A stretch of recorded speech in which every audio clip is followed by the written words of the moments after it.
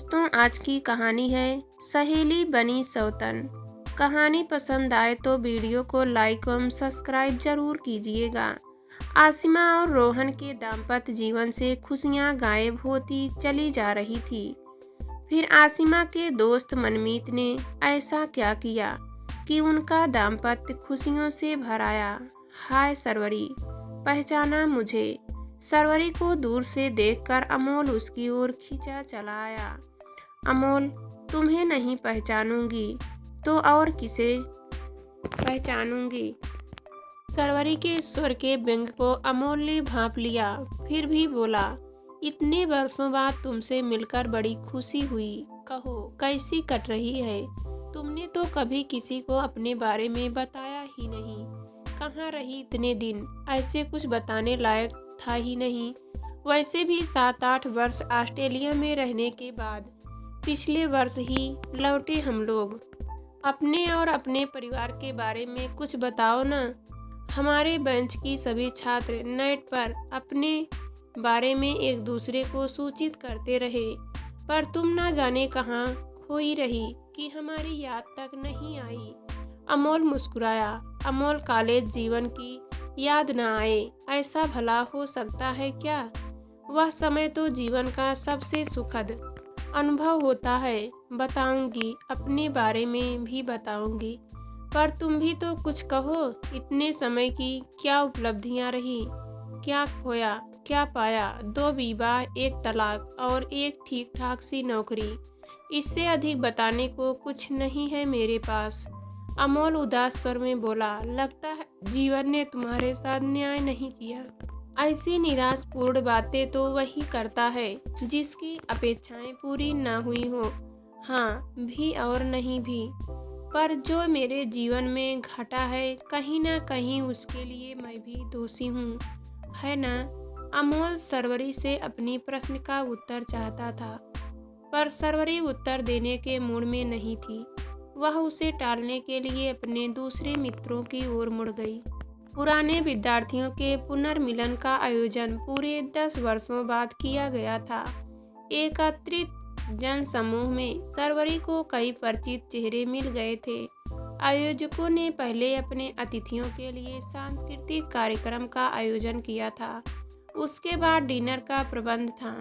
आयोजकों ने मेहमानों से अपनी अपनी जगह बैठने का आग्रह किया तो सरवरी साथियों के साथ अपने लिए नियत स्थान पर जा बैठी।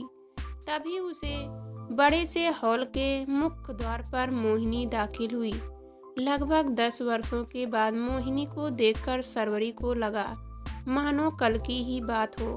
आयु के साथ चेहरा भर आया था, पर मोहिनी तनिक भी नहीं बदली थी। सितारों से जड़ी जरी के काम वाली सुनहरे रंग की नाभिदर्शना साड़ी में सजी संवरी मोहिनी किसी फिल्मी तारिका की भांति चौंकाचौंध पैदा कर रही थी। सरवरी चाहकर भी अपनी कुर्सी से हिल नहीं पाई। कभी मोहिनी से सरवरी की इतनी गाढ़ी छनती थी कि दोनों 2 तन एक जान कहलाती थी, पर अब अकेले वर्षों की दूरी ने ही नहीं, मन की दूरी ने भी सरवरी को जड़वत कर दिया था। मोहिनी अपने अन्य मित्रों से मिलजुल रही थी। पुरानी यादें ताज़ा करते हुए वह किसी से हाथ मिला रही थी, किसी को गले लगा रही थी, तो किसी को पप्पी देकर कृतार्थ कर रही थी। सरवरी का कुतूहल हर पल बढ़ता जा रहा था। मोहिनी के स्लीवलेस बैकलेस ब्लाउज और भड़कीले श्रृंगार को ध्यान से देखा और फिर गहरी सोच में डूब गई।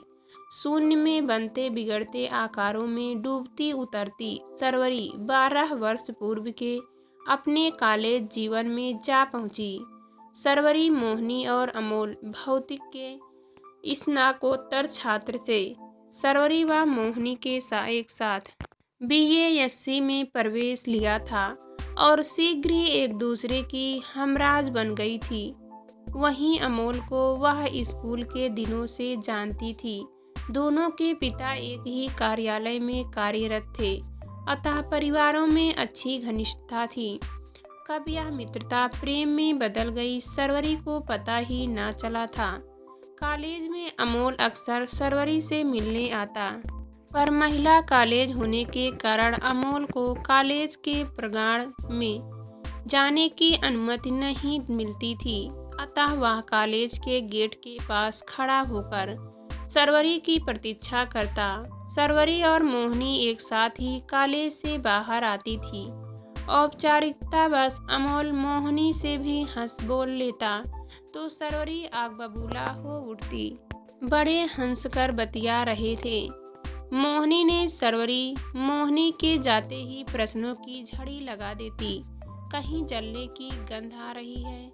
क्यों ऐसी बातें करती हो सरवरी? अपने अमोल पर विश्वास नहीं है क्या? अमोल उल्टा पूछ बैठता। समय मानो पंख लगाकर उड़ रहा था। सरवरी और मोहिनी महिला कॉलेज से निकलकर विश्वविद्यालय आ पहुंची थी। यह जानकर सरवरी के हर्ष की सीमा नहीं रही कि अमोल भी उनके साथ ही एमएससी की पढ़ाई करेगा। पर यह प्रसन्नता 4 दिन की चांदनी से साबित हुई। मिलने जुलने की खुली छूट मिलते ही मोहिनी और अमोल करीब आने लगे थे। सरवरी सब देख समझकर भी चुप रह जाती। शुरू में उसने अमोल को रोकने का प्रयास किया, रोई, झगड़ा किया। अमोल ने भी उसे बहला फुसलाकर यह जताने का प्रयत्न किया कि सब कुछ ठीक ठाक है, पर सरवरी ने शीघ्र ही नीयत से समझौता कर लिया। मोहिनी और अमोल के चर्चे सारे विभाग में फैलने लगे थे, पर सरवरी ने स्वयं को सब ओर से सिकोड़कर अपनी पढ़ाई की ओर मोड़ लिया था। इसका लाभ भी उसे मिला। अब वह अपनी कक्षा में सबसे आगे थी। इस सफलता का अपना ही नशा था, पर मोहिनी और उसकी सबसे घनिष्ठ सहेली थी। उसका विश्वासघात उसे छलनी कर गया।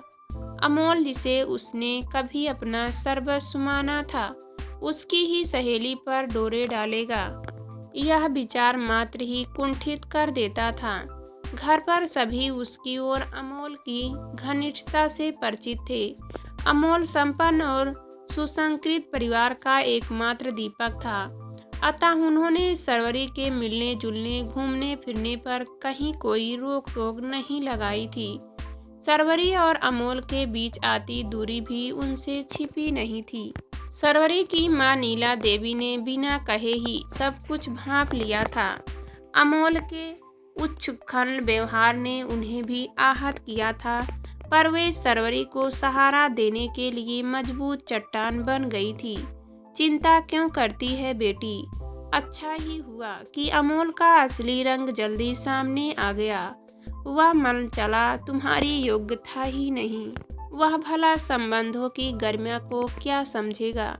अब तक स्वयं पर पूर्ण संयम रखा था सरवरी ने, पर माँ की बातें सुनकर वह फूट फूट कर रो पड़ी थी। नीला देवी ने भी उसे रोने दिया था। अच्छा ही है कि मन का गुब्बारा आंखों की राह भर कर रह जाए, तभी चैन मिलेगा। माँ, आप मुझसे एक वादा कीजिए, शीघ्र ही स्वयं को सफल कर। सरवरी नीला देवी से बोली। हाँ कहो बेटी, आज के बाद इस घर में कोई अमोल का नाम नहीं लेगा। मैंने उसे अपने जीवन से पूरी तरह निकाल फेंका, किसी सड़े गले अंग की तरह। नीला देवी ने उत्तर में सरवरी का हाथ थपथपाकर आश्वासन दिया था। उसने वार्तालाप ने सरवरी को पूर्णतः अस्वस्थ कर दिया था। उस दिन सरवरी पुस्तकालय में बैठी अध्ययन में जुटी थी कि अचानक मोहिनी आ धमकी।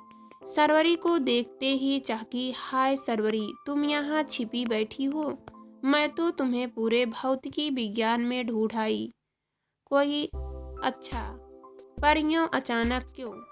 क्या कह रही हो? मैं तो तुम्हारे लिए खुशखबरी लाई हूँ।